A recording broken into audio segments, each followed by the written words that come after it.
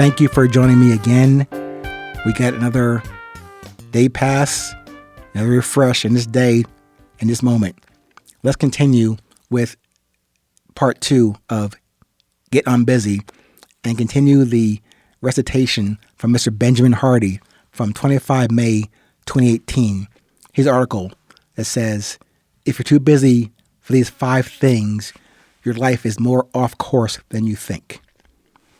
So here's number 1. Organizing your life. I don't think I'm alone in being slightly scattered and sloppy about certain areas of my life. Life is busy. It's hard to keep everything organized and tidy. And maybe you don't want to have an organized life.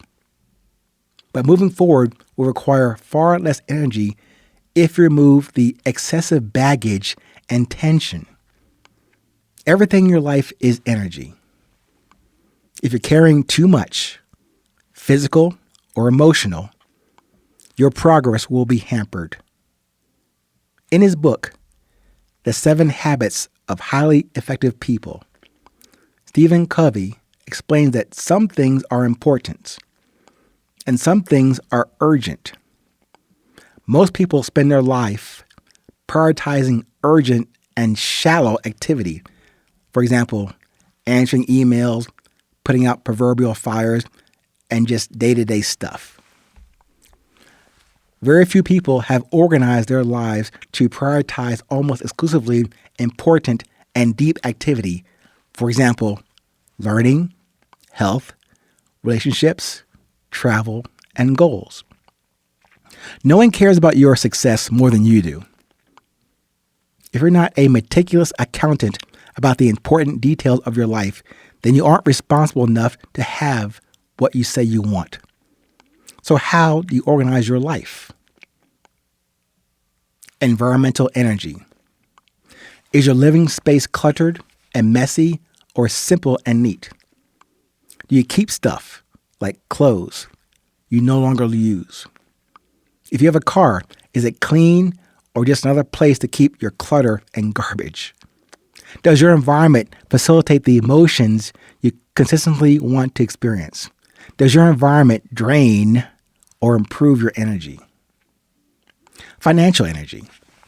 Do you have unnecessary debt?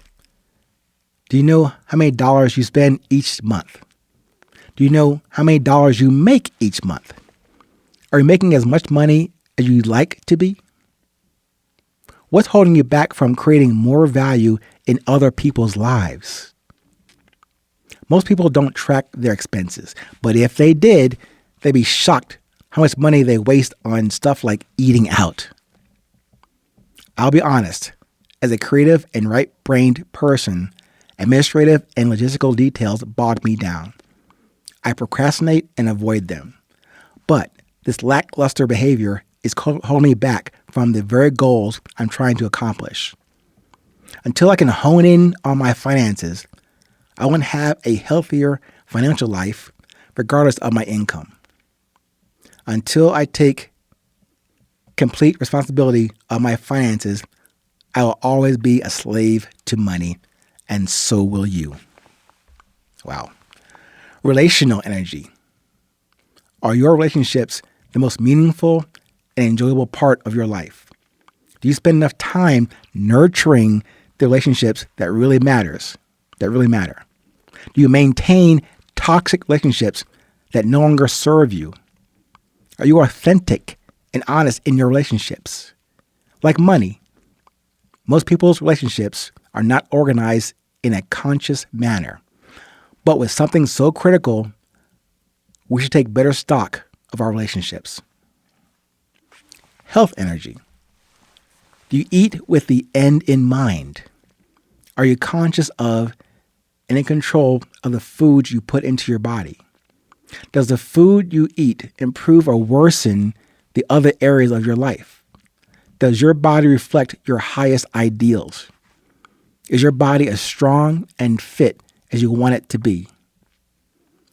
Are you healthier now than you were 3 months ago? Health is wealth.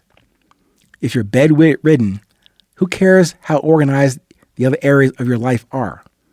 It's so easy to put our health on the side, such as foregoing sleep, over-consuming stimulants, and making poor eating habits.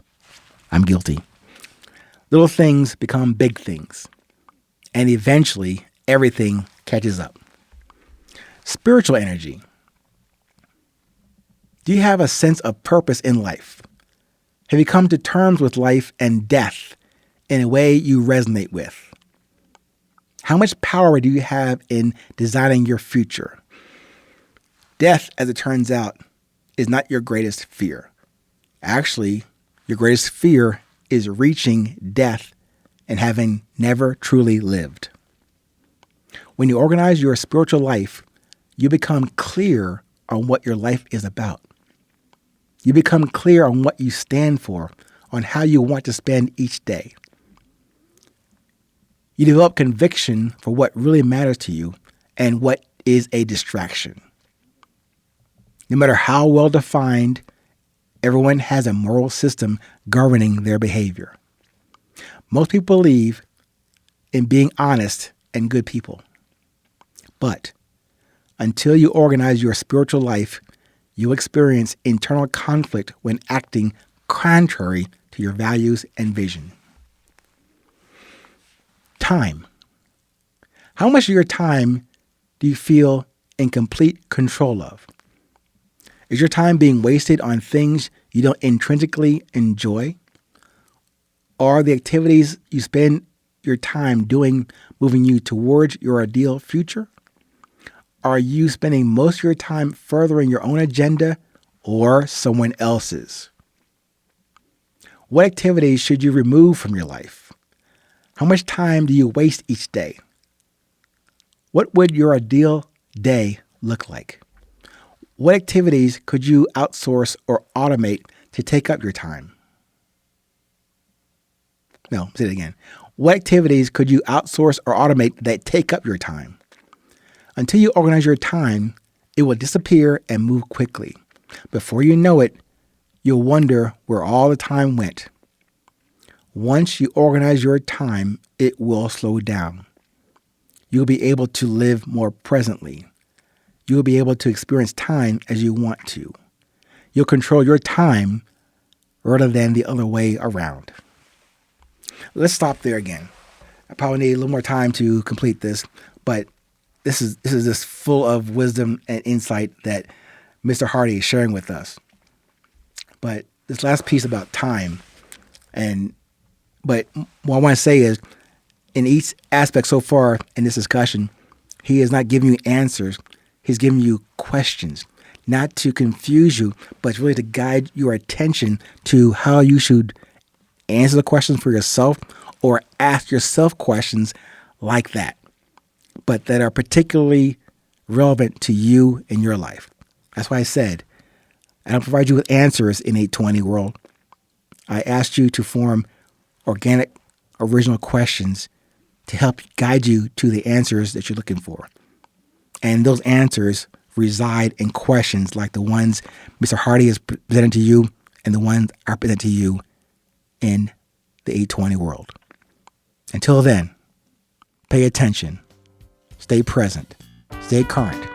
Remember, it is always 820.